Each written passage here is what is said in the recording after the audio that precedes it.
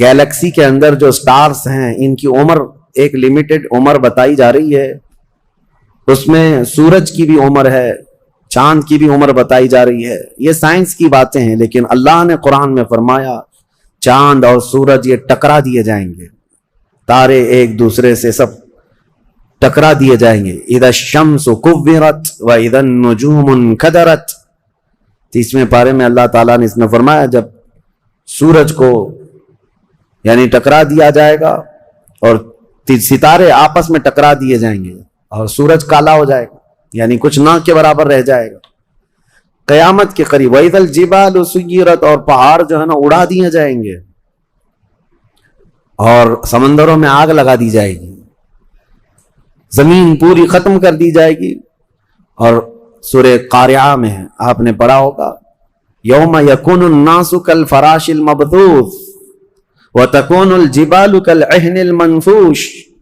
تم لوگوں کو دیکھو گے کہ پتنگوں کی طرح سے اڑ رہے ہوں گے، اور پہاڑوں کو دیکھو گے کہ روئی کا پھا جو ہوتا ہے، روئی کا پھا اس طرح سے پہاڑ بکھر چکے ہوں گے.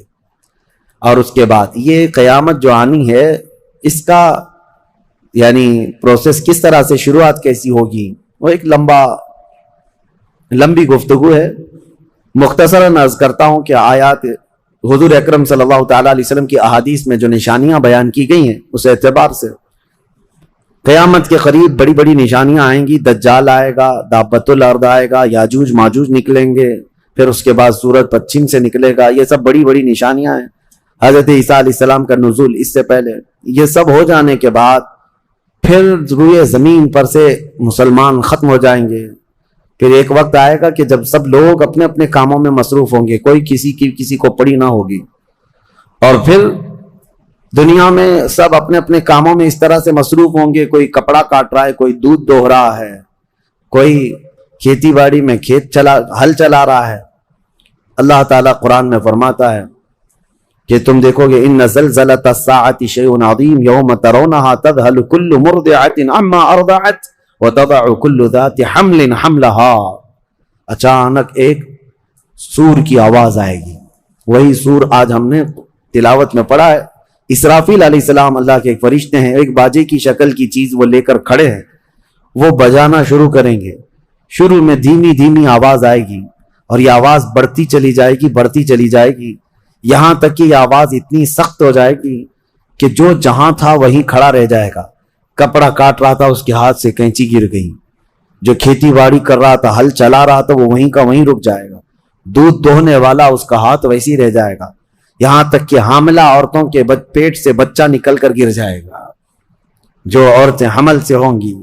اور اس کے بعد پھر ایسی غشی، پھر سب پر موت طاری ہوگی اور زلزلے آئیں گے اور پوری زمین کو ہلا کر کے ختم کر دیا جائے گا. یہ قیامت سے سور پھونکنے پر سارے انسان جتنے روئے زمین پر ہیں سب کے سب ختم ہو جائیں گے.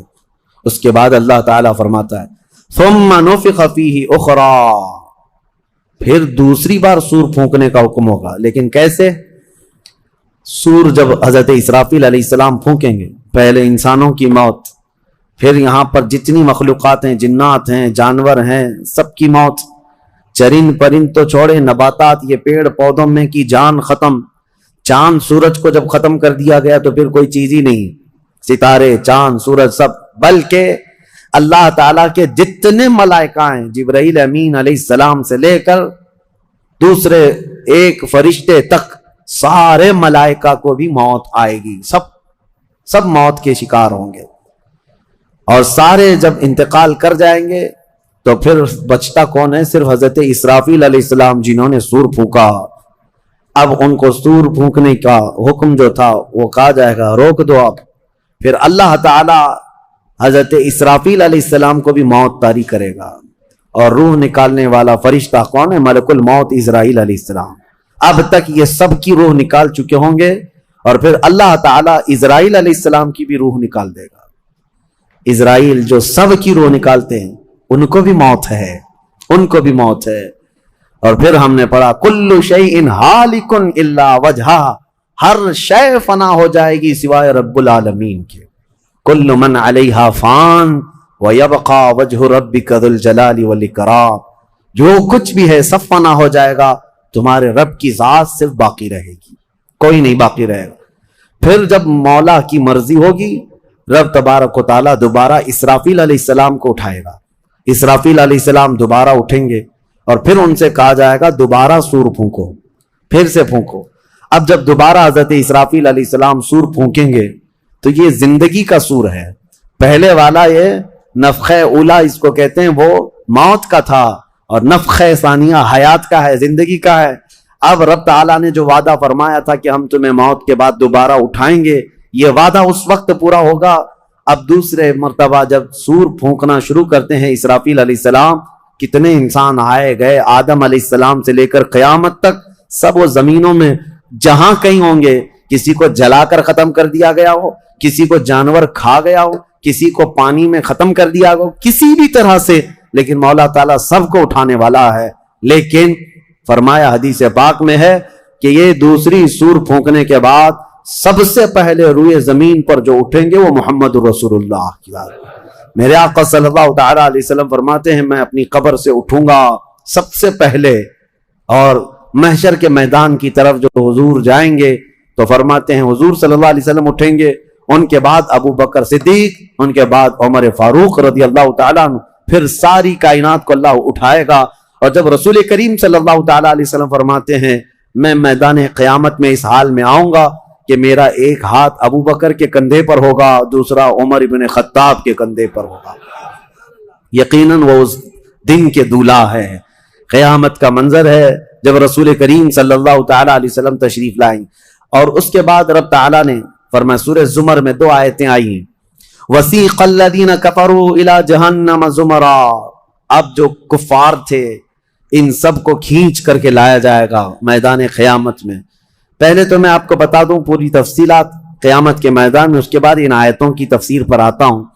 پھر جب سب کو اٹھا دیا گیا تو ایک زمین ہوگی، اب وہ زمین کہاں ہوگی وہ اللہ بہتر جانتا ہے، کس جگہ، کیونکہ یہ زمین ہے ہی نہیں، یہ آسمان ہے ہی نہیں، تو پھر اس وقت بنے گا کیا یہ اللہ ہی بہتر جانے۔ کہاں بنے گا، کس طرح بنے گا، اس میں ہم نہ سوچ سکتے ہیں نہ مثال دے سکتے ہیں۔ اب آپ مجھے بتاؤ یہ جو زمین جس پہ آپ بیٹھے ہیں یہ ختم ہونے والی، کیا رہے گا نیچے؟ آسمان جو دکھ رہا ہے یہ بھی ختم ہونے والا ہے، پھر کیا رہے گا اوپر ہمیں نہیں معلوم۔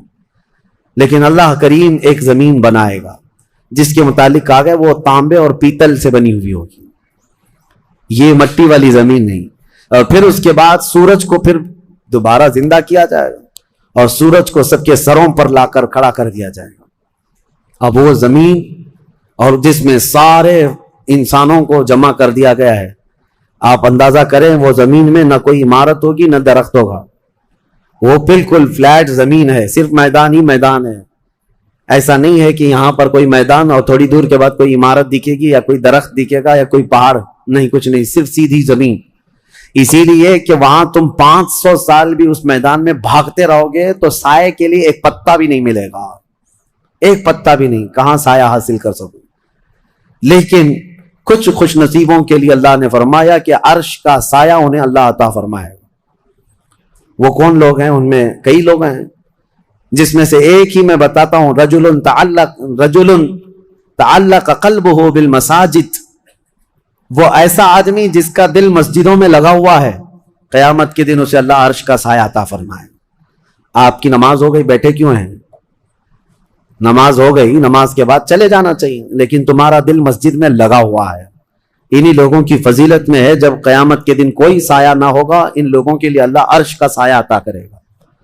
اب یہ جو سارے لوگ جمع ہوں گے، کسی کو کچھ پتا نہیں کہ ہونا کیا ہے، کسی کو نہیں پتا کہ کیا ہونا ہے، نفسا نفسی کا عالم ہے اور سب ایک دوسرے کو تک رہے ہیں۔ اب یہی مسئلہ ہے کہ سارے لوگ وہاں پہ، کفار بھی ہوں گے، مشرکین بھی ہوں گے، جتنی امتیں پہلے آئی تھی وہ بھی ہیں، انبیاء بھی ہیں، اولیاء بھی ہیں، صلحاء بھی ہیں، صحابہ بھی ہیں، علماء بھی ہیں، سب ہیں، لیکن کسی کو کچھ سوچتا نہیں کہ کیا کیا جائے۔ یہی بے خبری سے پوری مخلوق جو ہے انبیاء کے پاس جاتی ہے۔ انبیاء میں سب سے پہلے ابو البشر سیدنا آدم علیہ السلام سے کہتے ہیں سارے لوگ، آپ تو ہم سب کے باپ ہیں، ہمارے لیے اللہ کی بارگاہ میں سفارش کریں کہ کچھ ہمارے متعلق کیا حکم ہے وہ پتہ چل جائے۔ ہمیں کہاں جانا ہے، جنت میں یا دوزخ میں، یہ ابھی پتہ چل جائے، حساب بھی نہیں شروع ہو رہا ہے۔ تو آدم علیہ السلام نے فرمایا، وہ فرمائیں گے کہ اے لوگوں جاؤ، اس لیے کہ مجھے ڈر ہے اللہ کریم کی بارگاہ میں نے جنت میں وہ ممنوع شجر کا جو پھل کھا لیا تھا، مجھے آج بھی اس کا احساس ہے کہ کہیں رب تبارک و تعالیٰ مجھے اس پر عتاب نہ فرما دے، جاؤ کسی اور کے پاس۔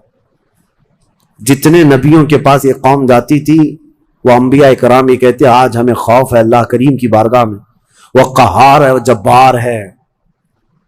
اور میں نے آج ایک آیت یہ بھی پڑھی ہے سورہ مومن میں، اللہ نے فرمایا لمن الملک اليوم، اس دن یہ آواز آئے گی آج کی بادشاہت کس کی ہے، آج کی بادشاہت کس کی ہے؟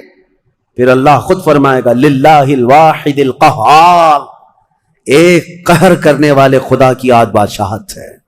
اس دن صرف اس کی سلطنت ہوگی، صرف اس کی حکومت ہے۔ انبیاء، ملائکہ سب ڈرے ہوئے ہیں، پتہ نہیں برسوں یہ قوم گھومتی رہے گی مخلوق۔ عیسیٰ علیہ السلام فرمائیں گے کہ لوگوں جاؤ محمد الرسول اللہ کے پاس، آج وہ تمہاری سنیں گے اور اللہ ان کی سنے گا۔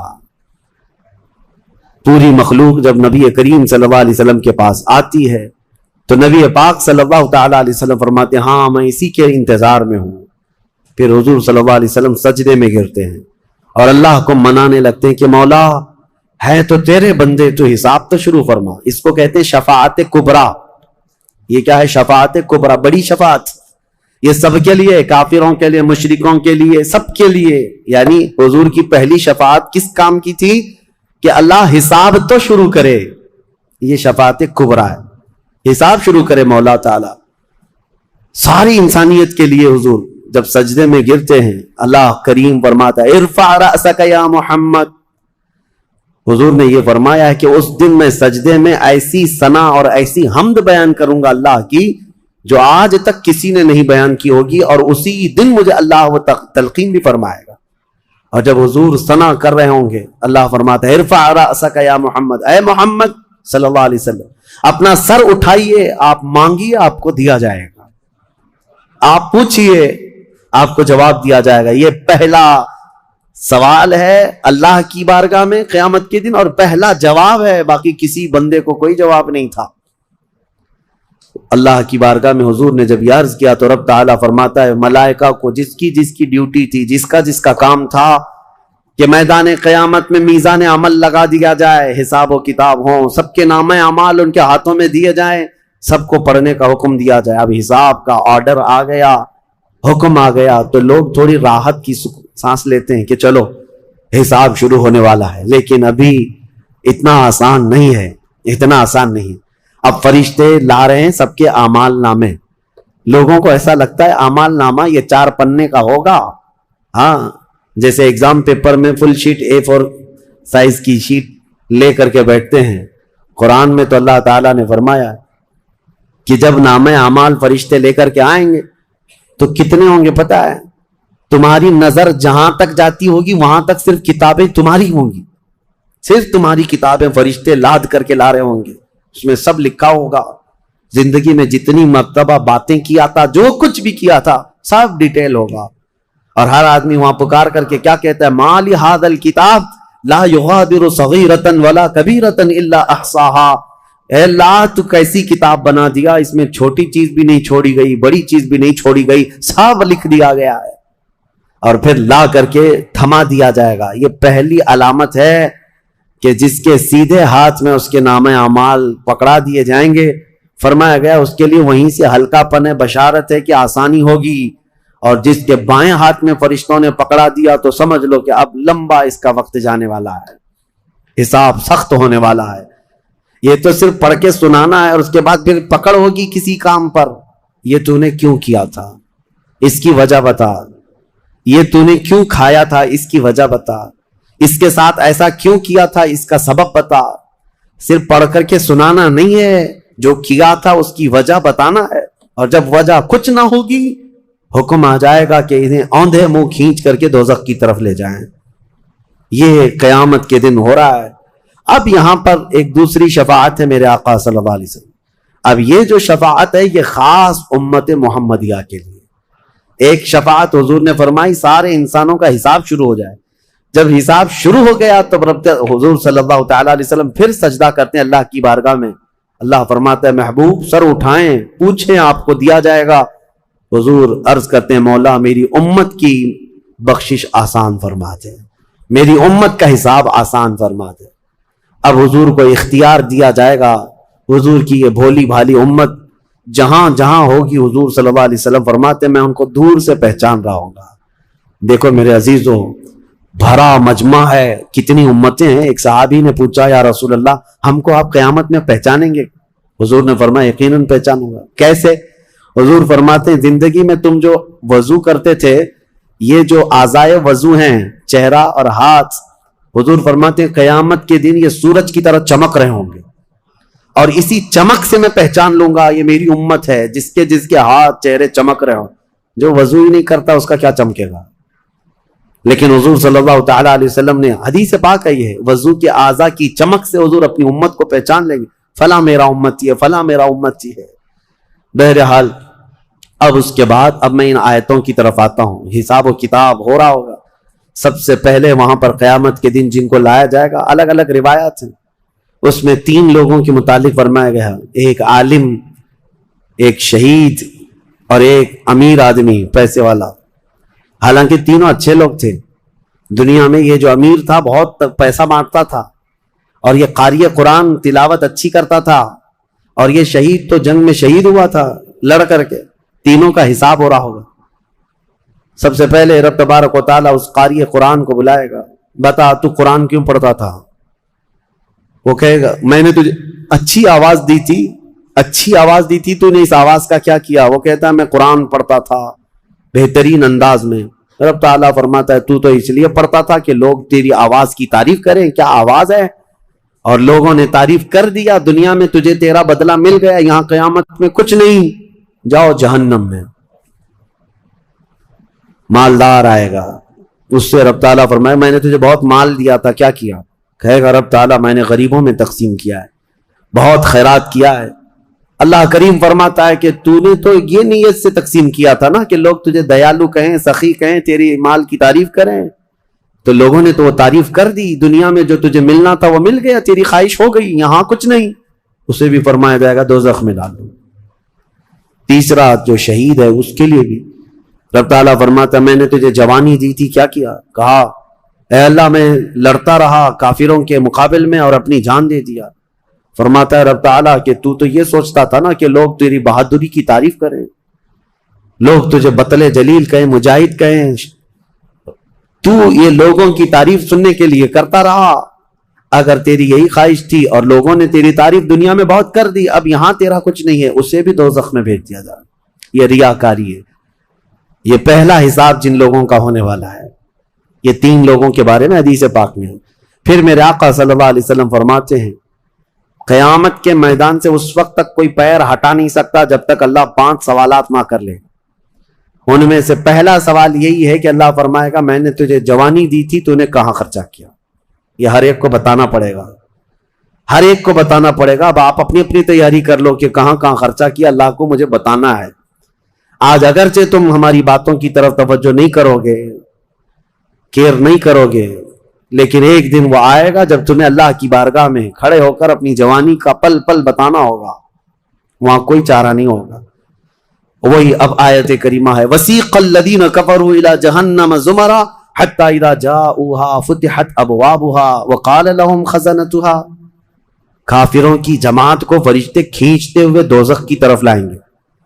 دوزخ کیسی ہوگی میں انشاءاللہ العزیز اس کو عرض کروں گا آخری میں, رمضان کے آخر میں, کیونکہ یہ جو عشرہ گزر رہا ہے یہ جہنم سے آزادی کا عشرہ ہے.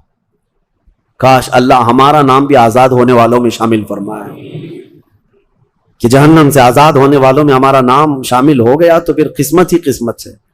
جب لایا جائے گا دوزخ کے کنارے جماعت کی جماعتیں آ رہی ہوں گی. جماعت یہاں پر اللہ نے فرمایا زمرہ, زمرہ یعنی بہت کثیر تعداد میں جماعت کو کھینچ کر کے لایا جائے گا.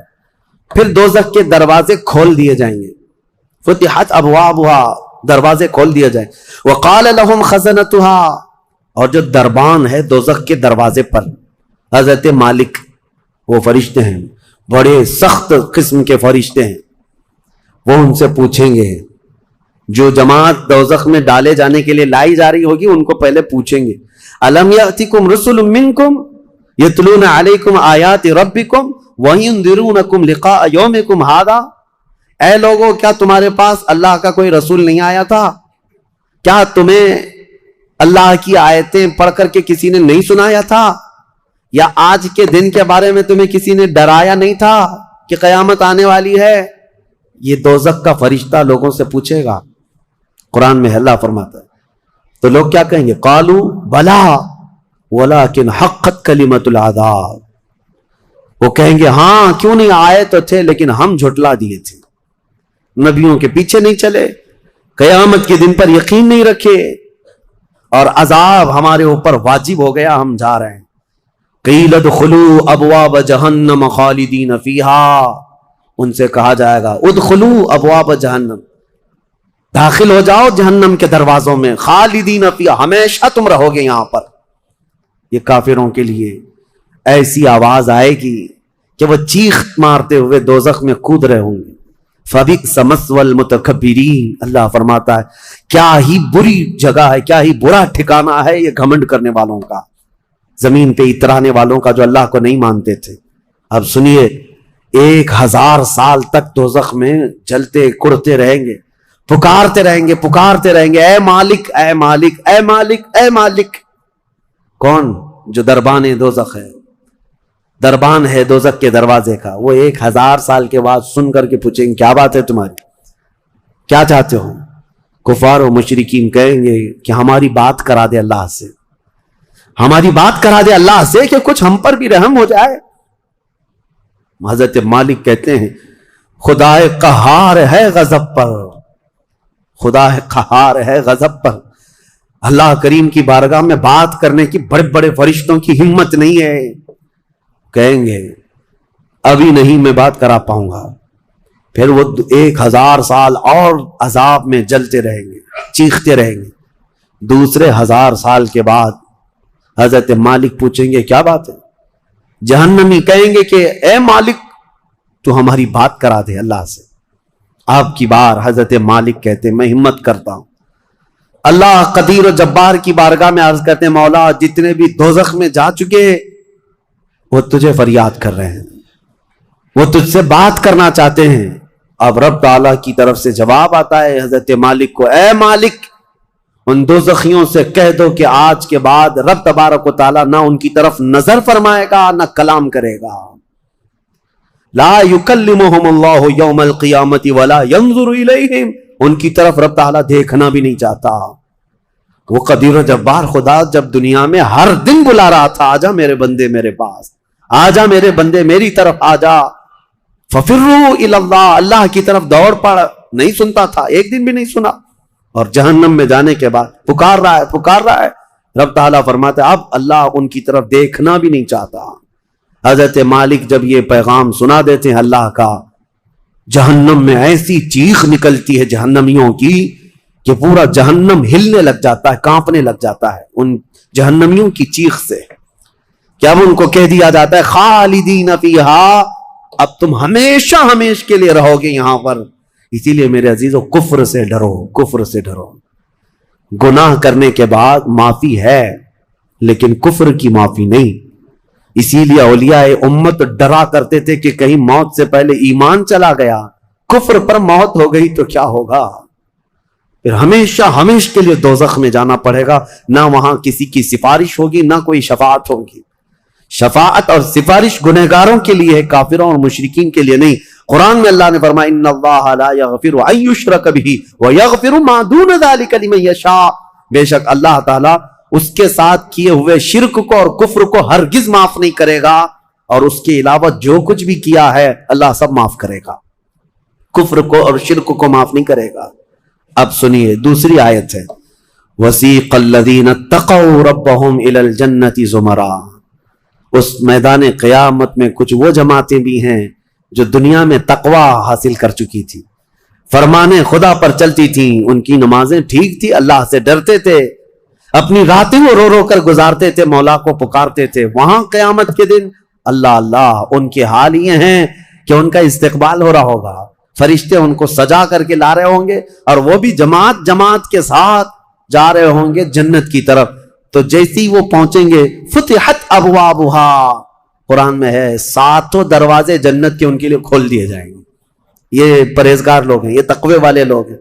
جیسے ہی جنت کے دروازے کھلیں گے وقال لهم خزنتها، وہاں پر بھی دربان ہے ایک، جنت کے دروازوں کا دربان وہ حضرت رضوان ہے علیہ السلام. وہ فرشتہ وہاں پر ہے، جنت کے دربان ہے. جیسے ہی یہ جماعتیں قریب پہنچیں گی دروازوں کے، کیا کہے گا دربان جنت؟ وقال لهم خزنتها سلام علیکم طبتم، مبارک ہو، اللہ کی سلامتی ہو تم کو. یہ جو ہم سلام کرتے ہیں نا السلام علیکم، یہ جنتی سلام ہے. یہ دربان جنت جو داروغہ ہے جنت کے دروازوں کا، وہ سلام کرے گا فرشتہ جو آ رہے ہیں جنت میں، سلام علیکم طبتم، مبارک ہو، خوش آمدید، اللہ کی سلامتی ہو.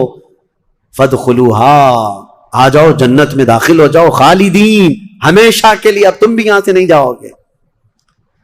اب ہمارے اس چھوٹی سی زندگی میں بتاؤ میرے عزیزوں، اب اندر جیسے ہی جنتی داخل ہوتے ہیں کیسے، سب سے پہلی نعمت کیا ملتی ہے جنت میں؟ اللہ اکبر. آپ کے لیے اور ہمارے لیے سیب ملے گا، انگور ملے گا، گوشت ملے گا، کھانے کے لیے کیا ملے گا؟ میرے عزیزوں سب نعمتیں اپنی جگہ پر، لیکن فرمایا گیا جنتی جیسے ہی جنت میں پہلا قدم رکھتا ہے محمد الرسول اللہ کھڑے ہوں گے، میرے آقا صلی اللہ تعالی علیہ وسلم ہوں گے اپنے امتیوں کے استقبال کے لیے. اس سے بڑی نعمت کیا ہے میرے عزیز؟ جنت میں داخل ہو جانے کے بعد اب سورہ واقعہ جب آپ پڑھیں گے تو جنت کا اس میں تذکرہ ہے. اللہ نے فرمایا ثلۃ من الاولین وقلیل من الآخرین علی سرر موضونۃ متکئین علیہا متقابلین. وہاں دیوان لگائے ہوں گے، بڑے بڑے محلات ہوں گے جن کی ایک اینٹ سونے کی، ایک اینٹ چاندی کی بنائی ہوگی. پورے زمین پر جو گھاس ہوگی وہ زعفران سے بھی زیادہ ملائم. اور اللہ نے کتنی جگہ قرآن میں فرمایا جنات تجری من تحتها الانہار، ایسے باغیچے جن میں نہریں بہ رہی ہوں گی، اور ایسی نہریں جن کا پانی دودھ کی طرح سفید، شہد سے زیادہ میٹھا اور ٹھنڈا. یہ ٹھنڈے میٹھے پانی کی نہریں جس کو کوثر اور سلسبیل کہا گیا ہے، یہ جنت کے باغیچوں سے ہو کر گزر رہی ہوں گی. جنتی جتنے بھی ہوں گے وہاں پر وہ نہروں کے قریب بیٹھے ہوں گے، ان کے چہرے اتنے چمک رہے ہوں گے، وجوہ یومئذ ناظرہ، ایسے چمک رہے ہوں گے، دمک رہے ہوں گے، 14ویں کا چاند ان کے چہروں کے سامنے پھیکا ہوگا. یہ جنتیوں کے چہرے ہوں گے. اور وہ اپنے جب جنتی محل میں جائیں گے، ایک محل سامنے ہوگا، دوسرا محل ادھر ہوگا، آمنے سامنے جنتی باتیں کرتے ہوئے بیٹھیں گے. یہ قرآن پاک میں اللہ نے فرمایا ان کی خدمت کے لیے غلمان، لڑکے بھی ہوں گے. حوران جنت، وہ جنتیوں کی خدمت کے لیے ان کی بیویاں وہاں پر بنائی جائیں گی. وہ اتنی حسین و جمیل خوبصورت ہیں کہ جنتی کے لیے آج تک نہ ویسی خوبصورتی یا حسن دنیا میں کسی نے سنا ہے نہ دیکھا. یہ حوران جنت ہر جنتی کو دی جائیں گی. اب اس کے بعد جنت میں پہنچ جانے کے بعد تمہارے لیے کیا نہیں ہوگا؟ ایک طبقہ انبیاء کا ہے، ایک طبقہ جنت میں اولیاء کا ہے، ایک طبقہ شہداء کا ہے، ایک طبقہ صدیقین کا ہے. اور پھر جنتی کے لیے قرآن میں ہے جو وہ خواہش کرے گا فرشتے فوراً اس کے لیے وہ حاضر کریں گے. جو چیز کی خواہش کرے گا، جس دن تمہاری وہاں خواہش ہوگی کہ مجھے یہاں غریب نواز کا دربار دیکھنا ہے، جنت میں غوث پاک کہاں ہے وہاں جانا ہے، صحابہ میں خلفائے راشدین کہاں ہیں وہاں جانا ہے، انبیاء اکرام کہاں ہیں، شہداء و صالحین کہاں ہیں وہاں جانا ہے. جنتی گھوم رہا ہوگا. اور کیا ہی بہتر ہوگا جنتی جب یہ خواہش کرے گا مجھے محمد الرسول اللہ کے محل میں جانا ہے، وہاں بھی اسے پہنچایا جائے گا. وہ ہر ایک بڑے سے بڑے انبیاء، صالحین، شہداء اور رسولان اعظام کے ہاں جاتا رہے گا، آتا رہے گا، جاتا رہے گا، آتا رہے گا. جنت کی نعمتیں اس کی ختم نہیں ہوں گی، یہاں تک کہ اللہ کریم فرمائے گا حوران جنت کو یہ میرے وہ بندے ہیں جو صرف میری حمد سنتے تھے دنیا میں. اے حوران جنت تم اپنی میٹھی آواز میں اب میری حمد ان کو یہاں سناؤ. 100 سال تک وہ حوران جنت انہیں حمد سناتی رہیں گی. پھر جنتیوں سے اللہ پوچھے گا پیٹ بھر گیا؟ وہ جنتی کہیں گے مولا اور تیری تعریف سننے کا دل کرتا ہے. داؤد علیہ السلام جن کی آواز میں بڑی مٹھاس تھی، رب تعالیٰ فرمائے گا اے میرے داؤد خلیفت اللہ، آؤ ان جنتیوں کو اپنی سریلی آواز میں میری حمد سناؤ۔ اب وہ 100 سال تک سناتے رہیں گے اور جنتی مدہوش ہوں گے اور سنتے رہیں گے، یہ جنت کے ترانے وہاں پر سنائے جا رہے ہیں۔ اس کے بعد پھر رب تعالیٰ فرمائے گا اب تم سیراب ہو گئے کہ داؤد علیہ السلام کی زبان سے تو چڑیاں بھی سننے کے لیے کھڑی ہو جاتی تھی، پرندے بھی ہوا میں رک جاتے تھے۔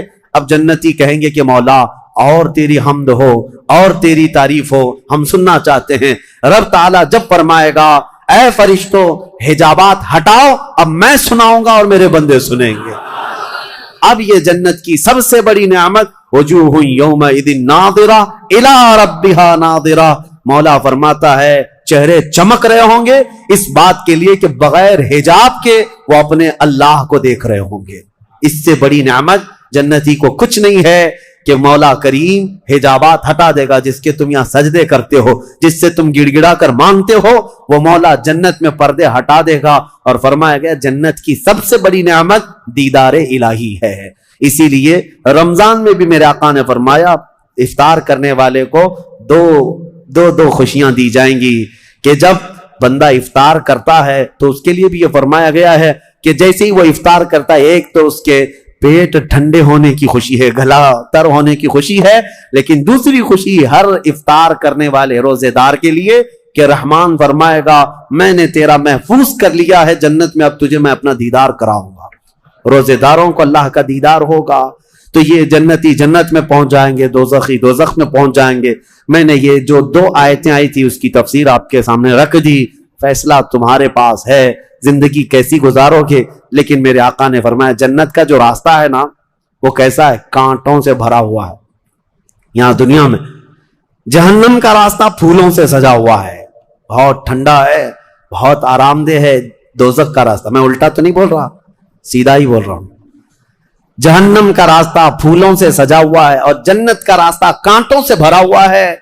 میرے آقا نے فرمایا یہاں دنیا میں کانٹوں سے بھرا ہوا ہے، لیکن اس پر اگر کوئی چل گیا تو وہ کانٹے ختم ہوتے ہی اس کے لیے جنت کے باغات ہیں۔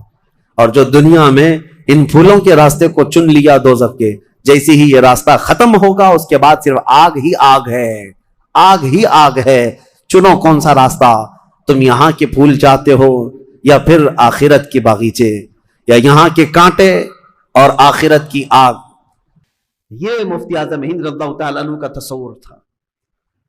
کسی بھی چیز میں آپ باریکی سے جو عمل کرتے تھے، ایک صاحب نے مجھے بتایا تھا کہ آپ گھڑی نہیں پہنتے، کسی نے پوچھا، واللہ عالم، روایات جو تواتر سے بہت ساری روایات پہنچی ہیں ہم تک، تو آپ نے فرمایا گھڑی پہنتے ہیں تو ہر کوئی پوچھنے لگتا ہے کہ ٹائم کتنا ہوا، مجھے اس بات کا خوف ہوتا ہے کہ میں ٹائم بتا دوں ابھی 10 بج رہے ہیں، 1 منٹ آگے پیچھے ہو گیا تو کہیں میں جھوٹا نہ بن جاؤں،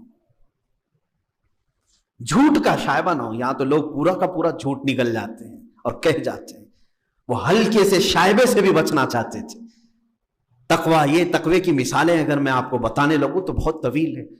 اپنے ایک مرید کے گھر آپ قیام کیے ہوئے تھے کلکتہ میں، بڑے صاحب تھے، وہ رئیس بھی تھے، مرید بھی تھے، مفتی اعظم ہند رضی اللہ تعالیٰ عنہ کے بڑے معتقد تھے۔ رات کو جب سوئے تو کمرے کے باہر ایک نل تھا جس میں سے پانی ٹپ ٹپ ٹپ ٹپ ٹپک رہا تھا۔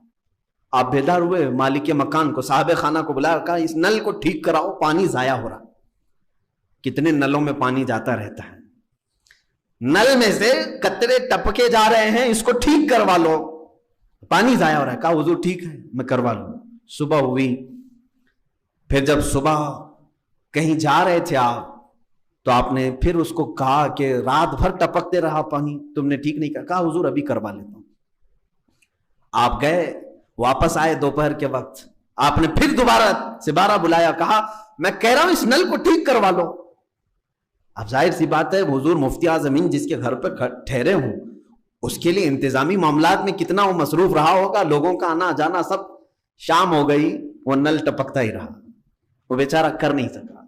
شام ہوتے ہی مفتی اعظم ہند رضی اللہ تعالیٰ فوراً اپنے خادمین کو بلایا، کہا میرا سامان پیک کرو۔ فوراً اپنا سامان اٹھایا اور گھر سے نیچے اتر آئے۔ وہ رونے لگا کہ حضور کیا گستاخی ہو گئی، کیا گستاخی ہو گئی۔ کہنے لگے کہ میں نے مسلسل 3 مرتبہ تجھے سمجھایا کہ پانی تیرے گھر میں ضائع ہو رہا ہے، کل قیامت میں اللہ تعالیٰ میرا فیصلہ کرنے پر آ جائے کہ ایک فضول خرچی کرنے والے کے گھر تو رات بھر کیسے سویا تھا؟ میں کیا جواب دوں میرے مولا کو، جبکہ وہ رب تعالیٰ قرآن میں فرما رہا ہے ان المبذرین کانوا اخوان الشیاطین، فضول خرچی کرنے والے شیطان کے بھائی ہیں۔ میں کسی شیطان کے بھائی کے گھر میں رات قیام نہیں کر سکتا، خالی نل ٹپک رہا ہو، پانی کے قطرے ٹپک رہے ہو۔ ہے کسی کا یہ تقوی، اس شان کا تقوی؟ عزیزان گرامی وقار، نمازوں کا حال تو یہ تھا، اللہ اکبر، پوری زندگی بھر آپ کی کوئی نماز قضا نہیں رہی۔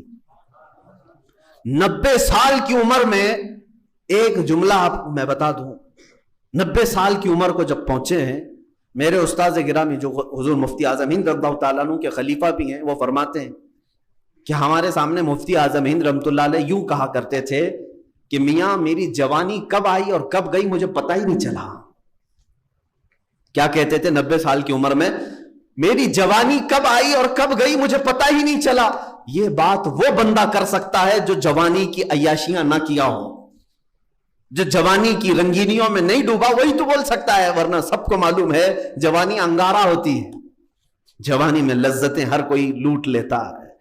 مفتی اعظم ہند رضی اللہ تعالیٰ عنہ فرما رہے 90 سال کی عمر میں میری جوانی کب آئی اور کب گئی مجھے پتہ ہی نہیں چلا، بچپنا بھی ویسا ہی، جوانی بھی ویسی، بڑھاپا بھی ویسا ہی۔ اللہ رب العزت نے جو تقوی کا امام بنایا اس کی مثال نہیں ملتی میرے عزیز، مثال نہیں ملتی۔ ہر چیز میں آپ نے شریعت مصطفیٰ صلی اللہ علیہ وسلم کو ملحوظ رکھا، حتیٰ کہ سنت مصطفیٰ کوئی بھی چھوٹنے نہیں دیتے تھے۔ آپ کا یعنی روز مرہ کا جو معمول ہے اس اعتبار سے بھی سنت کے خلاف کوئی کام نہیں کرنا چاہتے۔ آج تو ہم ساری چیزیں کر لے جاتے ہیں جائز اور ہونے کے اعتبار سے، بہت ساری چیزیں جائز ہیں، لیکن جائز کاموں میں بھی وہ بہت ساری چیزیں نہیں کرتے تھے۔ جائز کاموں میں بھی ہم تو ٹیبل کرسیوں پہ بیٹھ کر کھا لیتے ہیں، جائز ہے نا۔ مفتی اعظم ہند رضی اللہ تعالیٰ عنہ کبھی نہیں بیٹھتے تھے، کہا میں نے کبھی میرے مصطفیٰ کریم صلی اللہ علیہ وسلم کو سنا نہیں کہ وہ اوپر بیٹھ کے کھاتے تھے، حالانکہ یہ جائز کام ہے۔ چمچ سے توڑ کر کسی چیز کو نہیں کھاتے تھے، کہا نہیں میرے آقا صلی اللہ تعالیٰ علیہ وسلم اپنے ہاتھوں سے کھایا کرتے ہیں۔ جس کو سنت رسول کا اتنا پاس و لحاظ ہو، اسی لیے میرے عزیزو سچ کہا حضور تاج الشریعہ نے، متقی بن کر دکھائے اس زمانے میں کوئی ایک میرے مفتی اعظم کا تقوی چھوڑ کر۔ اس تقوی کو نہیں پہنچ پائیں گے آج کے دور میں۔ وہ نمازوں کے معاملات میں اتنے سخت تھے، اللہ اکبر، بہت سخت تھے۔ کبھی کبھار ایسا ہوتا تھا آپ امامت نہیں فرماتے تھے، اکثر مفتی اعظم ہند رضی اللہ تعالیٰ نے امامت نہیں فرماتے، لیکن جو امام ہوتا اس کی حالت بڑی خراب ہوتی تھی۔ رمضان میں وہاں بریلی والے بتاتے ہیں جب تراویح ہوتی تھی کبھی کبھار جو ہے 30 رکعت 32 رکعت 36 رکعت ہوتی تھی۔ کہا کیسے؟ ارے 20 رکعت ہی تو ہے تراویح۔ کہا نہیں، یہاں اکثر ہوتا تھا 20 کی بجائے 30 ہوتی تھی، 32 ہوتی تھی، 34۔ میں نے پوچھا ایسا کیوں؟ کہا 2 رکعت میں غلطی ہوئی، مفتی اعظم نے کہا دوبارہ دوہراؤ۔ دوبارہ ہو گئے، پھر دوسری رکعت صحیح، پھر 2 رکعت کے لیے امام کھڑا ہوا، غلطی ایسی آئی کہ آپ نے فرمایا پھر دوبارہ پڑھاؤ۔ کبھی کبھار رمضان میں 36 رکعتیں ہو جاتی تھی۔ اس وقت تک امام کے پڑھانے کی بار بار اصرار کرتے جب تک صحیح شریعت کے مطابق تجوید ادا نہیں ہوتی تھی، اور ان کے سامنے پڑھایا ہوا بھی وہ صحیح میوانوں میں اپنے وقت کا امام ہوگا، اپنے وقت کا امام ہی ہوگا۔ عزیزان گرامی وقار، تقریروں کا معاملہ آج تو جسے جو چاہے وہ بول کر کے چلا جائے، اسٹیجوں پر، مائک پر، جس کو جو ملے بول کے چلا جائے، کیونکہ اب ہمارے ہاں کوئی کنڈیشن نہیں ہے نا، منہ کھلا ہوا ہے، بول کے لب آزاد ہیں تیرے۔ وہی حالات ہیں آج۔ مفتی اعظم ان کا زمانہ ایسا نہیں تھا، ایسا نہیں۔ اسٹیج پر کون بولے گا، کیا بولے گا، سب طے ہوتا، اور بیان کرنے والا جو گھنٹہ بھر بیان کرتا وہ 5 منٹ میں بیٹھ جائے، کیونکہ مفتی اعظم ہند رضی اللہ تعالیٰ عنہ لہجے کو اور الفاظ کو بھی اتنا کور کرتے۔ اب مثال کے طور پر بتائیں، کسی نے تقریر میں کہا کہ ارے آج ہماری قوم اتنی بدنصیب ہو گئی ہے کہ فلاں فلاں کاموں میں مصروف ہو گئے ہیں، اور ہم لوگ دیکھیں بڑے بدنصیب ہیں۔ مفتی اعظم اسی وقت، ایسا نہیں کہ تقریر پوری کر لے بعد میں ان کو، اسی وقت مولانا رک جاؤ، یہ جملہ غلط نکالا آپ نے، امت مصطفیٰ بدنصیب ہو ہی نہیں سکتی، یہ کہیں کم نصیب ہے، بد نصیب کا مطلب ہوا بری نصیب والی. ارے بری نصیب والی ہوتی تو کبھی اس امت میں پیدا ہی نہیں ہوتی. نصیبہ اچھا ہے اس لیے سرکار کی امت میں آئے. ہاں یہ کہیں اعمال کی وجہ سے کم نصیب ہے. انہوں نے جملہ ٹھیک کر لیا. اب تھوڑا اور آگے بڑھے ہیں، کچھ اور جملہ ہے، پھر بتائیے کس کی تقریر کمپلیٹ ہوگی. اسی لیے مناسب لوگ یہی سمجھتے تھے ان کے جلسوں میں، یا وہ جب بیٹھتے، اچھا یہ بھی نہیں کہ پیر صاحب رات کے 2 بجے آ رہے ہیں. مفتی اعظم ہند رضی اللہ تعالیٰ عنہ کے جلسے جو لوگ اٹینڈ کیے ہوں گے ان کو معلوم ہے جلسہ اگر عشاء کے بعد شروع ہوتا ہے تو مفتی اعظم ہند رضی اللہ تعالیٰ عنہ عشاء کے بعد ہی اسٹیج پہ بیٹھ جاتے تھے. یہ نہیں کہ پیر صاحب سب سے آخر میں دعا کے لیے آئیں گے، چاہے وہ جلسہ 11 بجے چلے 12 بجے چلے، مفتی اعظم ہند رضی اللہ تعالیٰ عنہ شروع سے آخر تک بیٹھے ہوتے تھے، ہر ایک کو سنتے تھے. کچھ لوگوں نے کہا کہ حضور آپ آرام کریں آخر میں آ جائیں. آپ نے فرمایا میرے آنے سے پہلے پتہ نہیں کون کون کیا کیا بول جائے اور امت کو کیا کیا کہہ جائے، بعد میں آنے والے یہ کہیں گے مفتی اعظم کے اسٹیج سے ایسی بات ہوئی تھی. دلیل بنا لیں گے نا لوگ. لیکن مفتی اعظم ہند رضی اللہ تعالیٰ عنہ ایسا ہوا ہے، میرے تجربے میں موجود بات میں بتا رہا ہوں. بڑے بڑے پیروں کا اسٹیج کچھ جاہل مولوی استعمال کرتے ہیں، ان کے آنے سے پہلے جو من میں آیا وہ بک دیا. وہ سمجھ میں نہیں آتا ہے کہ الفاظ ہیں کہ پھر کیا ہے، واللہ عالم. لیکن بدنامی اس بڑے شیخ کی ہوتی ہے، جب وہ تشریف لاتے ہیں ان کو تو پتہ ہی نہیں رہتا ان سے پہلے کیا کیا بولا گیا. بعد کی پبلک ہمیشہ اس کو دلیل بناتی ہے کہ نہیں اس اسٹیج سے کہا گیا جس میں فلاں حضرت آئے ہوئے تھے. مفتی اعظم ہند رضی اللہ تعالیٰ عنہ اس پر بڑی توجہ فرماتے تھے، بڑی توجہ فرماتے تھے.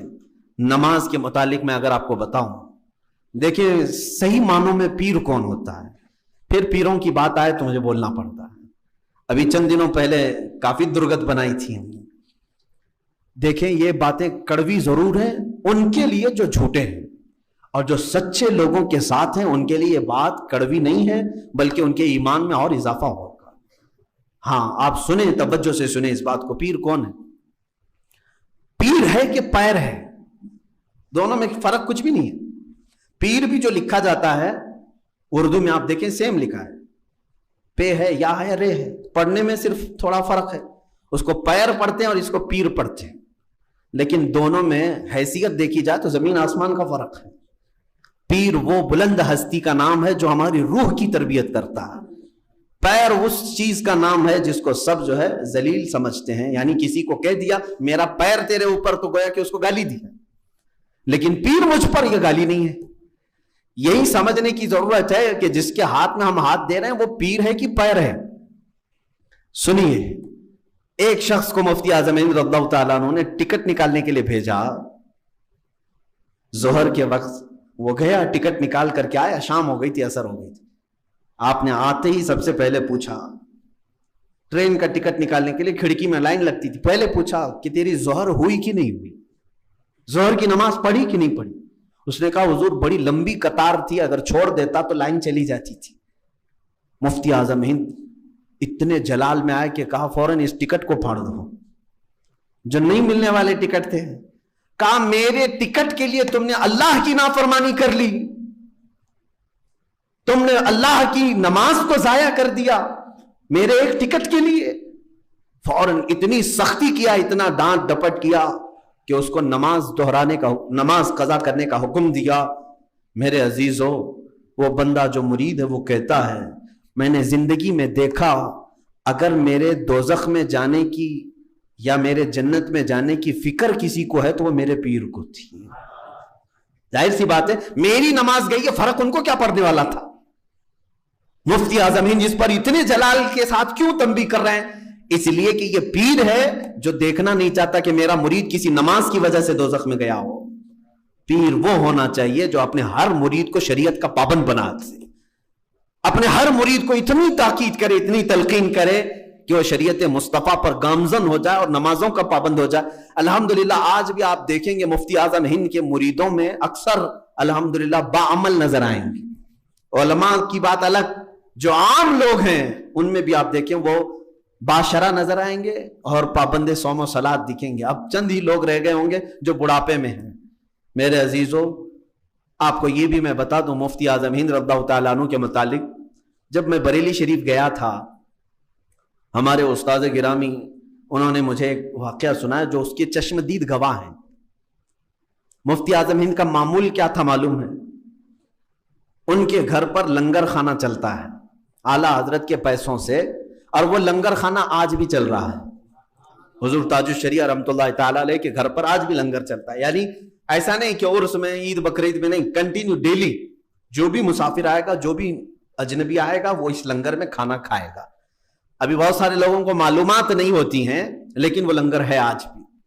مفتی اعظم ہند کا معمول یہ تھا کہ رات کے وقت آپ کا دسترخوان اس وقت تک نہیں بچھایا جاتا جب تک دو اعلان کرنے والے آپ کے خود رکھے ہوئے تھے مفتی اعظم ہند کے. پورے محلے میں وہ اعلان کرتے تھے کہ سارے لوگ کھا چکے، سارے لوگ کھا چکے، سارے لوگ کھا چکے. وہ اعلان کرتے، اب سب کی طرف سے جواب آتا کہ کوئی کھانے والا باقی نہیں ہے. تب وہ آ کر کے خبر کرتے مفتی اعظم ہند کو، تب آپ کا دسترخوان لگایا جاتا محلے میں. اور اگر کوئی بھوکا باقی ہے تو وہ لنگر خانے میں آ کر کے کھا لے. یہ ڈھنڈورچی اعلان کرتے تھے اس وقت. اعلان کرنے والے روز کا معمول ہے. کبھی کبھار مفتی اعظم ہند رضی اللہ تعالیٰ عنہ کسی جلسے سے تاخیر سے پہنچتے، تب بھی پہلے یہ لوگ آ کر کے بتاتے، تب آپ رات کا کھانا کھاتے. میں نے جب یہ سنا تو روح کانپ گئی کہ حقیقت میں ان کو جس نے دیکھا ہوگا، جو میرے آقا صلی اللہ علیہ وسلم کی حدیث کے مطابق جس نے کسی عالم کی زیارت کی اس نے میری زیارت کی، جس نے کسی عالم سے مصافحہ کیا اس نے مجھ سے مصافحہ کیا. اس عالم کہلانے والا مصداق اگر کوئی ہے تو مفتی اعظم کی ذات ہے. یقیناً ایک بار کی بات ہے کہ آپ تاخیر سے گھر آئے ہیں، دسترخوان لگا ہوا ہے، رات کا وقت ہے. وہ دونوں جو اعلان کرنے والے تھے انہوں نے آ کر کہہ دیا کہ حضور سب کھا چکے، اب آپ کا کھانا لگا دیا جائے. آپ نے کہا ٹھیک ہے. کھانا لگایا گیا.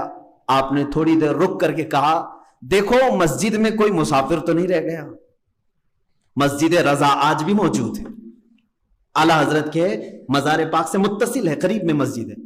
لوگ گئے، جا کر کے دیکھ کر کے آئے، مسجد میں کوئی تھا نہیں. آپ آ کر کے دونوں لوگوں نے کہا حضور کوئی نہیں ہے مسجد میں، آپ کھانا تناول فرمائیں. آپ کھانے کے لیے ہاتھ دھو چکے تھے. تھوڑی دیر کے بعد آپ نے پھر فرمایا کہ دیکھو ایک بار اور دیکھو مسجد میں کوئی رہ تو نہیں گیا. لوگ پھر گئے، مسجد دیکھا کوئی نہیں تھے. واپس آئے، سرکار مفتی اعظم ہند رضی اللہ تعالیٰ عنہ سے عرض کیا کہ حضور کوئی نہیں، اور محلے میں بھی اعلان ہو چکا کوئی کھانے والا باقی نہیں. اچھا ٹھیک ہے. کھانا ڈالا گیا، برتن میں کھانا پروس دیا گیا. ہاتھ ڈالنے سے پہلے پھر فرمایا ایک بار اور مسجد میں دیکھ لو کسی کو، کوئی باقی تو نہیں. اتنی مرتبہ کبھی کہتے نہیں تھے آپ، تو جو ڈھونڈنے والے تھے وہ پریشان ہوئے. ہم ایک بار روزانہ کہہ دیتے کہ حضور سب کھا چکے تو وہ کھا لیتے تھے، اور عورتیں بھی آپ کے کھانے کے بعد گھر کی عورتیں کھاتی تھی. آج 3 مرتبہ کہا کہ مسجد میں دیکھ لو، مسجد میں دیکھ لو، مسجد میں دیکھ لو. یہ لوگ آئے، ٹھنڈیوں کا زمانہ تھا، سخت ٹھنڈیاں یو پی کی. مسجد میں آئے، کہا کہ اچھی تلاشی لے لو. سارے لوگوں نے سب پوری مسجد ڈھونڈ ڈالی. کونے میں جو چٹائیاں لپیٹ کر رکھی گئی تھی اس میں لپٹ کر کے ایک آدمی سویا ہوا تھا، اپنے جسم پر چٹائی لپیٹ کر کے کونے میں سویا ہوا ہے. لوگوں نے دیکھا کہ ایک آدمی ہے مسجد میں اور چٹائیوں میں خود کو لپیٹا ہوا ہے ٹھنڈیوں کی وجہ سے. چٹائی ہٹائی اور اس کو اٹھایا. کہا کہ میاں کون ہو تم، کہاں سے آئے ہو؟ وہ گھبرا کے اٹھا اور کہا کہ بھائی میں مسافر ہوں، میں گجرات سے آیا ہوں. پیر و مرشد کی بارگاہ میں، حضور مفتی اعظم ہند کی بارگاہ میں سلامی پیش کرنے کے لیے آیا. تاخیر ہو گئی رات میں. کہا کھانا کھایا؟ کہا نہیں کھایا، کھانا نہیں کھایا. کہا کہ چلو لنگر خانے میں کھانا موجود ہے، تم کھا لو. اس نے کہا نہیں اب خواہش نہیں ہے، ابھی کھانے کی خواہش نہیں ہے، ضرورت نہیں ہے. ان لوگوں نے چلا کر کے کہا میاں تجھے خواہش نہیں، لیکن تیرے جب تک نہ کھائیں ہمارے مرشد نہیں کھانے والے. وہ بندہ اٹھ کر کے آیا لنگر خانے میں، وہ کھانا کھایا. تب مفتی اعظم ہند کے دسترخوان پر کھانا رکھا گیا. اس کو کہتے ہیں پیر روشن زمین. یہ نہیں کہ خالی مریدوں کا چورا بٹورے ہیں، جتنا آئے سب اندر ڈالے، سب اندر ڈالے. ہاں یہ بھی ہم نے دیکھا ہے، جو آ رہا ہے آتے جاؤ، آتے جاؤ، پھنستے جاؤ، آتے جاؤ، پھنستے جاؤ. کچھ لوگوں کی تسبیح ہی یہی ہے کہ جو آئے وہ پھنس جائے، جو آئے وہ صرف لے کر کے آئے. علامہ عبد المصطفیٰ اعظمی رحمۃ اللہ علیہ، ان کی کتاب ہے لطائف اعظمی، اس میں اکثر وہ اس طرح کی باتیں لکھتے ہیں. ایک بندہ ڈوب رہا تھا پانی میں، پیر صاحب اوپر کھڑے تھے. پیر صاحب اوپر ہیں اور یہ پانی میں ڈوب رہا ہے. اس نے کہا حضور ہاتھ دے دیجئے, ہاتھ دے دیجئے, میں اوپر آ جاؤں. نہیں دیا. ہاتھ دے دیجئے اوپر آ جاؤں گا. نہیں, بالکل نہیں, چلاتا رہا. تھوڑی دیر کے بعد وہ ڈبکی لگایا. اس نے کہا کہ حضور میرا ہاتھ تو پکڑ لیجئے, میرا ہاتھ تو لیجئے. انہوں نے پکڑ لیا اور اٹھا لیا. کہا یہ کیا ماجرا ہے؟ پیر صاحب نے کہا تیرے جملے غلط تھے. پہلی مرتبہ تو نے کہا ہاتھ دیجئے, پیر دیتا کچھ نہیں, ہم دینے والے نہیں ہیں. دوسری بار جب تو نے کہا میرا ہاتھ لیجئے, ہم لینے والے لوگ.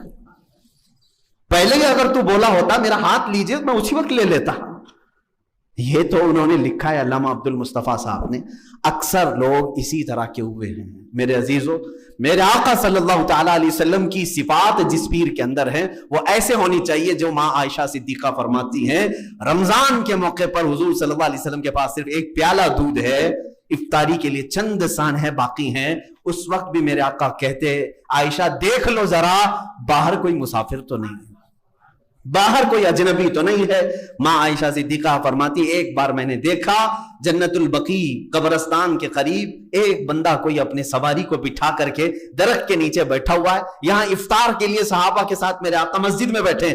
آپ نے کہا اندر سے ماں عائشہ صدیقہ رضی اللہ تعالیٰ عنہا نے کہ دور کوئی ایک اجنبی نظر آ رہا ہے, مسافر نظر آ رہا ہے. میرے آقا صلی اللہ تعالیٰ علیہ وسلم فوراً فرمایا کہ اسے لے آیا جائے.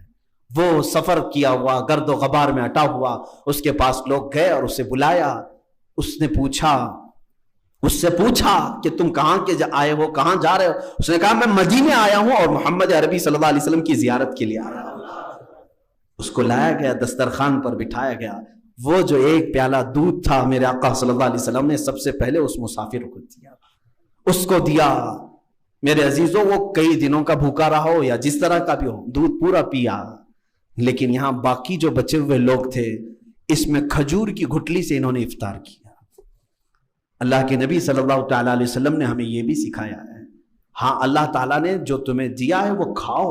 کلو وشربوا من رزق اللہ, قرآن کہتا کھاؤ پیو اللہ کے رزق سے جتنا دیا ہے. لیکن صفات رسول یہ بھی ہیں کہ دوسروں کا خیال کیا جائے, دوسروں کا خیال کیا جائے. مفتی اعظم ہند جیسا مرشد اب ملنا مشکل ہے. ایک بزرگ نے بریلی شریف میں ہی مجھ سے یہ کہا تھا کہ بیٹا پہلے ایسا تھا اب ایسا ہو گیا. انہوں نے 3 بار کہا, وہ میرے استاد بھی ہیں. انہوں نے کہا بیٹا پہلے ایسا تھا اب ایسا ہو گیا, ایسا تھا اب ایسا ہو گیا. میں نے کہا کہ حضور یہ کیا بتا رہے ہیں آپ, ایسا تھا ایسا؟ کہا پہلے جو معاملات تھے وہ دینے والا ہاتھ اوپر ہوتا تھا, اب ایسا ہو گیا یعنی سب کے ہاتھ لینے والے رہ گئے, دینے والا نہیں رہ گیا. میرے عزیزوں, کیا آج حالات ایسی ہیں کہ صرف ہرس باقی رہ گئی ہو, لالچ باقی رہ گئی ہو. ہمارے اندر یہ طمع اور ہرس نہ ہو. اللہ تعالی ہمارے مشائخ کو بہترین اخلاق کو کردار عطا فرمائے. اس لیے کہ میں نے پرسوں شاید کہا بھی تھا آپ سے کہ کبھی کبھار مرید کی دعا سے اللہ پیر کو کامل بناتا ہے. ہوتا یہی ہے کہ پیر کی دعا سے مرید اچھا ہوگا, یہ مشہور ہے. لیکن کبھی کبھار ایسا بھی ہوتا ہے کہ مریدین کی دعا سے اللہ پیر کو بھی صالح بنا دیتا ہے, اس کے اخلاق اچھے کر دیتا ہے. ہم سب دعا کریں اللہ تعالی ہمارے سروں پر اچھے اکابر اور اچھے مشائخ کا سایہ دراز فرمائے, جن کی زندگی میں ہم سنت مصطفیٰ کو دیکھ سکیں اور ان کو دیکھ کر کے ہم اپنے جینے کا سلیقہ سمجھ سکیں. یہ سرکار مفتی اعظم ہند رضی اللہ تعالیٰ عنہ کے متعلق چند باتیں تھیں. بس انہی باتوں پر میں اختتام کرنا چاہوں گا کہ اللہ تعالیٰ نے اس خاندان کو یہ شرف عطا کیا ہے بریلی شریف کے, جو مسلسل 150 سال سے ہندوستان کے سنیوں کی سربراہی کر رہے ہیں. 1-2 سال نہیں, 150 سال ہو گئے. فتوے کا قلم آج بھی بریلی شریف کے پاس موجود ہے نا, سب جانتے ہیں. آج بھی بر صغیر کا حال یہ ہے کہ بریلی سے فتویٰ آ گیا تو اس کو سمجھتے ہیں بہت بڑی بات. یہ جو اللہ تعالیٰ نے اس خاندان کو انعام و اکرام عطا کیا ہے, یہ ان کا تقوی بھی ہے, ان کی پرہیزگاری بھی ہے, ساتھ میں عشق رسول بھی ہے. آخر 2 چند اشعار مفتی اعظم ہند رضی اللہ تعالیٰ عنہ کے پیش کرتا ہوں. اندازہ کرو میرے عزیزو, جسے اللہ نے علم سے نوازا ہو, تقوی سے نوازا ہو. آپ کا حال یہ تھا کہ کئی ایسے ضرورت مند لوگ آتے, دلوں میں کیا کیا حالات لے کر کے آپ ان کو محسوس کر لیتے تھے. الہ آباد سے ایک غیر مسلم, نان مسلم ہے, وہ چلا تھا. مفتی اعظم ان کی بھیڑ بھاڑ کو دیکھ کر کے, گرو جی آئے ہوئے ہیں, میں بھی چلوں. وہ چلتے چلتے کچھ بات کرنا چاہتا تھا, موقع ہی نہیں ملا, بریلی شریف تک وہ آ گیا, ان کا پیچھا کرتے ہوئے بریلی شریف تک آ گیا. راوی بتاتے ہیں کہ مفتی اعظم ہند رضی اللہ تعالیٰ عنہ بریلی پہنچے تو فوراً اپنے گھر میں گئے اور ایک تعویذ لکھی اور لے کر باہر آئے. اس شخص کو بلایا جو غیر مسلم تھا, کہا ادھر آؤ. اس کو بلا کر کے آپ نے اس کو ایک تعویذ دیا, کہا کہ تیرے گھر میں اولاد نہیں, اللہ تجھے اولاد عطا کرے. وہ ان کے ہاتھ پر اسلام قبول کیا. وہ کہتا ہے میں الہ آباد سے نکلا تھا اسی بات کے لیے کہ برسوں ہو گئے میرے گھر میں اولاد نہیں تھی. یہ جو صفت ہے یہ اللہ کے حبیب صلی اللہ علیہ وسلم کی کامل محبت سے آتی ہے. کامل محبت جب بندہ کرتا ہے تو اللہ اس کے دل میں ضرورت مند لوگوں کے خیالات, ضروریات کو اس کے دل میں ڈال دیتا ہے. مثال کے طور پر میں آپ کو بتاؤں, میں مسجد سے باہر نکل رہا ہوں, یہاں پر سینکڑوں لوگ ہیں, کسی ایک ہی کو میں بلایا, مجھے معلوم نہیں, اور میں نے اس کو نکال کر کے 100 روپے دیے, کہا لے جاؤ اللہ تمہاری ضرورتیں پوری کرے. اتفاق ایسا کہ اسی بندے کو 100 روپے کی ضرورت تھی اور اس کے گھر میں کچھ بھی نہیں تھا. دیکھنے میں تو ایسا لگے گا کہ کیا ان کو مولانا کو علم غیب تھا, میرے گھر میں کچھ بھی نہیں تھا اور انہوں نے 100 روپے مجھے پکڑایا برابر ٹائم پہ. میرے عزیزو, اس کو میں علم غیب نہیں کہتا. اللہ رب العزت کی طرف سے ایسا انتظام ہے کہ کچھ ضرورت مند لوگوں کے ضروریات کے متعلق اللہ کسی کے بھی دل میں بات ڈالتا, کسی کے بھی دل میں بات ڈال. وہ آپ کے دل میں غیب سے یہ اللہ تعالیٰ ڈالتا ہے کہ فلاں کو دے دو, اور پھر اسی کو آپ دیتے ہو جس کو اللہ تم تک پہنچایا ہوا ہے. مفتی اعظم ہند رضی اللہ تعالیٰ عنہ کے ساتھ ایسا کثرت سے ہوا ہے, کثرت سے ہوا. اچھا, بہرائچ شریف کی ایک بات میں بتاؤں کہ لوگ جوک در جوک کھڑے رہتے تھے تعویذ کے لیے, تعویذ کے لیے. میں نے سنا ہے, اچھا مفتی اعظم ہند رضی اللہ تعالیٰ عنہ تعویذ بھی لکھتے تھے اور عمل کے میدان میں آپ بہت ہی پرہیزگاری اور بہت اعلیٰ درجے کو پہنچے ہوئے تھے. میرے والد گرامی کو حضور مفتی اعظم ہند رضی اللہ تعالیٰ عنہ نے کئی عملیات کی اجازت بھی تھی اور ان کا خط بھی آیا تھا میرے والد کو اجازات کے ساتھ. لیکن خود مفتی اعظم ہند کیا لکھتے تھے؟ آج میں بھی ضرورت مند لوگوں کو تعویذ دیتا ہوں. تعویذ میں قرآنی آیات ہوتی ہیں, قرآنی آیات ہیں, اور جو بزرگوں سے ثابت دعائیں ہیں وہ ہم لکھ کر کے دیتے ہیں. شفا تو اللہ ہی کی طرف سے, ڈاکٹر بھی گولی دیتا ہے لیکن شفا نہیں دیتا, شفا اللہ کی طرف سے. ہم تعویذ دیتے ہیں, یہ نہیں ہے کہ میری تعویذ جو ہے جادو ہے, ابھی لے کے گیا ابھی گھر میں ایسا ہو گیا, نہ. ہم جو ہے آپ کو کچھ چیز دیے ہیں اللہ کی ذات سے امید رکھ کر کے کہ مولا اگر چاہے تو میں کنکر بھی دوں, شفا اسی کی طرف سے. مفتی اعظم ہند رضی اللہ تعالیٰ عنہ خود جو تعویذ لکھتے تھے, کیا, اب مثال کے طور پر میں کوئی آیا اولاد کے لیے, اس کے لیے ایک الگ تعویذ ہے, آیات الگ ہے. کوئی شوہر بیوی کے جھگڑے ہیں اس کے لیے الگ ہے, شریر بچے ہیں ان کے لیے کچھ الگ ہے. عملیات کے میدان میں سب تعویذیں الگ.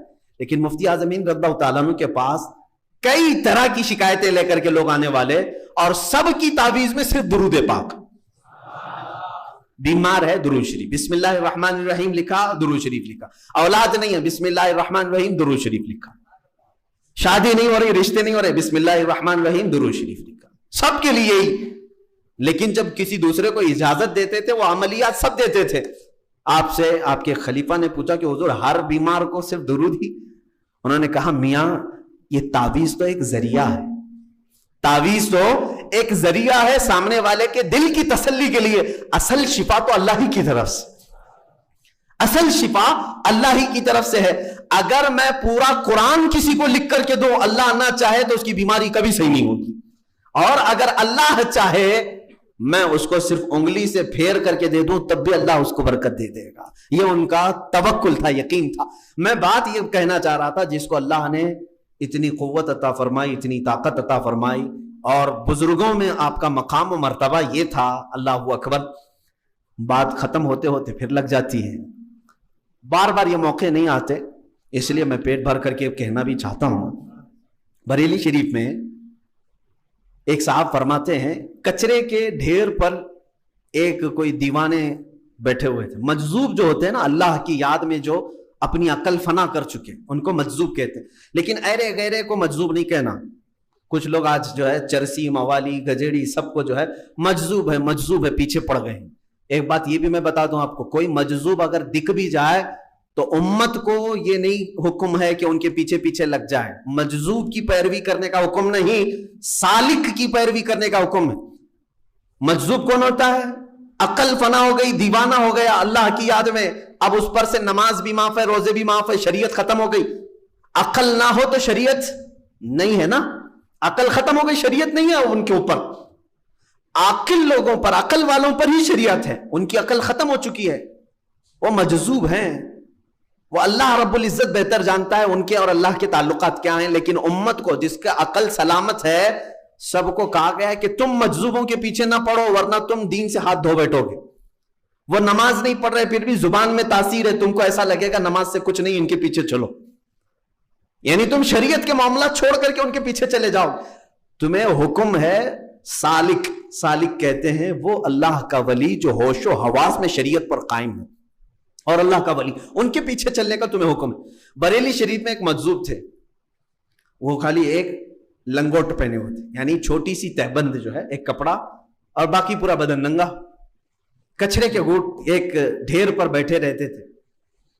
ایک صاحب وہاں سے گزر رہے تھے, وہ مرید تھے سرکار مفتی اعظم ہند کے. اس مجذوب نے بلایا, اے ادھر آؤ, کہاں جا رہا ہے؟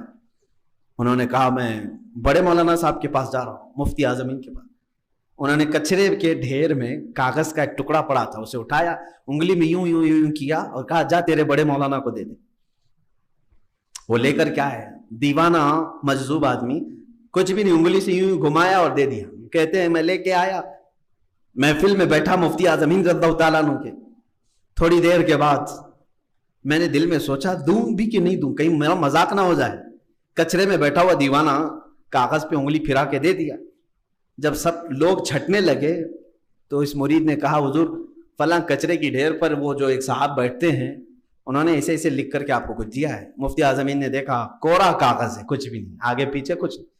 لیکن اس کو دیکھ کر کے مفتی اعظم مسکرائے. اپنی انگلی سے انہوں نے بھی یوں کہا کہ جاؤ انہیں کو واپس دے دو. وہ ایک طرف سے دیوانے ہیں لیکن یہاں تو پورے ہوش و حواس والے ہیں. انہوں نے بھی وہی کیا. وہ لے کر کے صاحب گئے, اور وہ جو کچرے کے ڈھیر پر ابھی تک وہ انتظار کر رہے تھے, جا کر کے یہ چٹھی ان کو دی کہ بڑے مولانا نے آپ کو دی. یہ جیسے دیا انہوں نے اپنی لنگی کھولی, لنگوٹ نکال دیا, پورا بدن برہنا, اور نکل کر بھاگنے لگے. ہو گیا میرا مسئلہ, ہو گیا میرا مسئلہ, اس طرح کہتے ہوئے بھاگنے لگے. وہ لنگوٹ بھی وہیں پڑی ہوئی تھی. ان کو سمجھ میں ہی نہیں آیا کیا تھا دونوں کے درمیان, وہ پریشان تھے. اسی لیے کہتے ہیں مجذوبوں کے پیچھے نہ جاؤ, نہیں تو تم پاگل بن جاؤ. چند لمحوں کے بعد وہ پھر واپس مفتی اعظم ان کے پاس آئے, کہا کہ حضور آپ نے کیا گھمایا معلوم نہیں, وہ تہبند کھول کے بھاگ گئے, لنگی کھول کر بھاگ گئے. سرکار مفتی اعظم ہند رضی اللہ تعالیٰ عنہ نے جواباً فرمایا اب وہ تمہیں نہیں ملیں گے کبھی, اب وہ تمہیں کبھی نہیں ملیں گے. وہ مجذوب تھے اور قطبیت کے مقام کو پہنچے ہوئے تھے. اللہ رب العزت کے ایک ولی ہیں, انہوں نے مجھ سے یہ سوال کیا تھا, مفتی صاحب اللہ کی یاد میں جو بندہ ساری دنیا چھوڑ چکا ہو, اللہ کی یاد میں جو بندہ ساری دنیا چھوڑ چکا ہو, دنیا کی اگر کوئی چیز اس کے جسم پر ہے تو ایک تہبند ہے, کیا تمہاری شریعت وہ تہبند بھی اتارنے کی اجازت دیتی ہے؟ شریعت اس بات کی اجازت دیتی ہے. مفتی اعظم ہند رضی اللہ تعالیٰ عنہ نے کہا میں نے جواب میں یہ لکھا جس نے کل دنیا چھوڑی ہو اور جس کی عقل بھی نہ ہو, اس کے لیے نہ تہبند کی ضرورت ہے نہ کسی کپڑے کی ضرورت ہے. میں نے جواب میں یہ لکھا, انہوں نے تہبند کھولی اور چلے گئے. یہ اہل اللہ کے درمیان کے معاملات ہیں میرے عزیزو. شریعت کی یہاں پر باریکی سمجھانے کے لیے مجھے پھر اور لمبا وقت چلے گا کہ ایسا کیسا مسئلہ ہے کہ کسی کو ننگا ہونے کا حکم دیا جائے. یہ ان لوگوں کے لیے ہے جو جذب کے عالم میں ہیں, وہ دنیا کی کوئی چیز نہیں پسند کرتے. اعلیٰ حضرت کے زمانے میں ایک مجذوب تھے, اعلیٰ حضرت کے زمانے میں وہ ہمیشہ برہنہ رہتے تھے. ایک دن سنا ہے کہ وہ کپڑے پہن کے آ گئے جب اعلیٰ حضرت آنے لگے, یا پھر کسی ایک دوسرے بزرگ کے متعلق یہ بات مشہور ہے, جنازے میں وہ کپڑا پہن کر کے آئے. جنازہ تھا بزرگ کا, وہ کپڑا پہن کر کے آئے. لوگوں نے کہا بابا جی آپ لنگے رہتے تھے, آج کپڑا پہن کے آئے ہو. کہا پہلی مرتبہ کسی زندے کے سامنے آیا ہوں تو شرم تو آئے گی. بات سمجھا؟ جنازہ ہے, جنازے میں یہ آج پہلی بار کپڑا پہن کے آئے ہیں جو زندگی بھر ننگے رہتے تھے. لوگوں نے کہا بابا جی آج کہاں سے کپڑے آ گئے تمہارے بدن پر؟ تو انہوں نے کہا پہلی مرتبہ ایک زندے کے سامنے آیا ہوں جس کی وجہ سے میں بدن چھپایا ہوں، باقی سب تم لوگ تو سب مردے ہو، تم کو سے کیا بدن چھپاؤں؟ یہ مجذوب لوگوں کی باتیں ہیں میرے عزیزوں۔ بہرحال سرکار مفتی اعظم ہند کا ایک مقام تھا کہ وقت کے قطب بھی اور مجذوب بھی ان سے فتویٰ پوچھا کرتے تھے، ان سے مسائل شریعت دریافت کرتے۔ بہرحال سرکار مفتی اعظم ہند کو اللہ نے یہ سارے انعامات دیے تھے، لیکن ان کا ایک شعر جو ہے یہ ہمیں تڑپا دیتا ہے۔ اگر میں وہ شعر پڑھوں تو سارے لوگوں کا غرور، تکبر، گھمنڈ سب فنا ہو جانا چاہیے۔ میں کسی کھیت کا مولی نہیں ہوں، میری کوئی حیثیت نہیں جو آج میں کھڑا ہوں، میں شاید مجمع کا سب سے کمتر آدمی ہوں۔ مفتی اعظم ہند جب یہ بات کہتے ہیں، میرے اعمال سیاہ نے کیا جینا تو بھر، میرے اعمال سیاہ نے کیا جینا تو بھر، زہر کھاتا تیرے ارشاد نے کھانے نہ دیا۔ ان کے کون سے اعمال سیاہ تھے جو زندگی میں یہ کہہ رہے ہیں 90 سال کی عمر میں کب جوانی آئی کب گئی پتہ ہی نہیں چلا؟ وہ بزرگ جب بارگاہ رسالت مآب صلی اللہ علیہ وسلم میں نعت لکھ رہے ہیں تو یوں کہہ رہے ہیں میرے اعمال سیاہ نے کیا جینا تو بھر، یا رسول اللہ زہر کھاتا تیرے ارشاد نے کھانے نہ دیا۔ میرے عزیزو یہاں ہمارے تو گناہوں پر گناہ ہیں، لیکن ہم یہ کہتے ہیں ہم بڑے پاک لوگ ہیں، دوسروں کے گناہ سب کے نظر آتے ہیں، اپنے کسی کو نظر نہیں آتے۔ دوسرا شعر میرے مفتی اعظم ہند کا یہ ہے، آپ نے یہ نہیں کہا کہ ہزاروں لوگ میرے ہاتھ پر توبہ کر چکے ہیں، ہزاروں نہیں، میں اگر سچ بات بتاؤں مفتی اعظم ہند کے چہرے کو دیکھ کر لاکھوں لوگ توبہ کرتے تھے، گناہوں سے توبہ کرتے تھے۔ وہ جب یہ رسول پاک صلی اللہ علیہ وسلم کی بارگاہ میں نعت لکھ رہے ہیں تو یوں کہتے ہیں میرے اعمال کا بدلہ تو جہنم ہی تھا۔ اللہ اکبر، اس کو کہتے ہیں عاجزی اور انکساری۔ مفتی اعظم ہند فرما رہے میرے اعمال کا بدلہ تو جہنم ہی تھا، میں تو جاتا میرے سرکار نے جانے نہ دیا۔ یعنی کل ملا کر کے انہوں نے کیا کہا، ہماری زندگی پر اگر کوئی چیز قیامت کے دن شفاعت کا سبب بن سکتی ہے تو میرے مصطفیٰ کی ذات ہے۔ کبھی یہ نہ سمجھنا کہ میں بہت بڑا متقی ہوں، میں بہت بڑا پرہیزگار ہوں، بہت بڑا عالم ہوں، میرے ساتھ ہزاروں لوگ توبہ کر چکے، یہ غرور اور گھمنڈ کبھی کسی کو نہ آئے۔ مفتی اعظم ہند رضی اللہ تعالیٰ عنہ جو عاجزی اور انکساری کرتے تھے وہ بہت کم لوگوں میں دیکھنے کو ملی ہے۔ اسی لیے آپ نے مشہور جو آپ کی نعت ہے تو شمع رسالت ہے عالم تیرا پروانہ، اس نعت کے آخر کا جو شعر لکھا تھا اس کو حضور تاج الشریعہ رحمۃ اللہ علیہ نے بدل دیا تھا۔ اعلیٰ حضرت رضی اللہ تعالیٰ عنہ کے اس صاحبزادے مفتی اعظم ہند نے کہا تھا، ان کا شعر تھا مفتی اعظم ہند کا، وہ تو شمع رسالت نہ، یہ حضور تاج الشریعہ نے لکھا ہے۔ اس سے پہلے مفتی اعظم ہند یوں کہتے تھے نہ، نہیں یہ نہیں، یہ بدلا ہوا شعر ہے۔ ویراں ہیں دل نوری، مفتی اعظم ہند رضی اللہ تعالیٰ عنہ یہ فرماتے ہیں کہ آباد اسے فرما ویراں ہیں دل نوری۔ ابھی یاد آ گیا، ویسے شعر و شاعری زیادہ نہیں آتی ہے۔ آباد اسے فرما ویراں ہے دل نوری، اللہ اللہ، نوری ان کا تخلص تھا۔ مفتی اعظم ہند جو تخلص ہوتا ہے شاعر کا وہ آخری شعر میں لکھتا ہے۔ مفتی اعظم ہند یوں کہہ رہے ہیں یا رسول اللہ آباد اسے فرما ویراں ہے دل نوری، تا حشر رہے روشن نوری کا ایک آشانہ۔ اس دل کے بارے میں اگر میں بتاؤں تو محفل میں حاضر لوگ بتاتے ہیں، گواہ ہیں آج بھی، جب تنہا حجرے میں ہوتے تھے آنکھ لگ جاتی تو میں یعنی حجرے میں اللہ اللہ اللہ کی آواز آتی ہی رہتی تھی جبکہ وہ سوئے ہوتے تھے۔ کئی لوگ ہیں جو قریب سے جا کر سنتے تھے اور کہتے ہیں ان کے دل پاک سے یہ آواز دھڑکن میں رہتی تھی، جو بیٹھتے اٹھتے ہمیشہ یہ کہتے تھے اللہ اللہ اللہ۔ وہ نزع کے عالم میں بھی جب آخری وقت تھا کثرت سے مفتی اعظم ہند کی زبان پر یہی لفظ اللہ اللہ، اور بزرگوں نے فرمایا جو کثرت سے یہ لفظ کا ورد کرتا ہے اگر اس کی زبان بند ہو جائے تو دل وہ جملہ بولنے لگ جاتا ہے۔ جس کا دل کثرت سے اللہ اللہ کہہ رہا ہو وہ مفتی اعظم ہند یوں کہہ رہے بارگاہ رسالت میں آباد اسے فرما ویراں ہے دل نوری، ویران، میرا دل ویران ہو گیا، آپ آباد کریں۔ یہ عاجزی و انکساری کی حد ہو گئی۔ آباد اسے فرما ویراں ہے دل نوری، تا حشر رہے روشن نوری کا ایک آشانہ۔ لیکن اب ہم جیسوں کو یہ پڑھنے کی ہمت نہیں ہوتی۔ مفتی اعظم ہند کے دل کو ویران کون کہے گا؟ جس دل کی دھڑکن سے اللہ اللہ کی صدائیں آتی ہو. اسی لیے ان کے جانشین حضور تاج الشریعہ رحمۃ اللہ تعالی علیہ کے سامنے جب کوئی ایک شاعر یہ نعت پڑھ رہا تھا اور آخر کا شعر جب اس نے کہا آباد اسے فرما ویراں ہے دل نوری، حضور تاج الشریعہ نے کہا بدل دو اس کو، آپ بدل دو اس کو. آپ انہوں نے اپنی عاجزی میں کہا تھا اب اس کو بدلو، بدل کر کے حضور تاج الشریعہ نے اسی کے وزن پر شعر بنایا تھا، سرکار کے جلووں سے روشن ہے دل نوری. انہوں نے کیا کہا تھا؟ آباد اسے فرما ویراں ہے دل نوری، مگر جانشین اور خلف حضور تاج الشریعہ نے یوں کہا سرکار کے جلووں سے روشن ہے دل نوری، تا حشر رہے روشن نوری کا ایک آشانہ.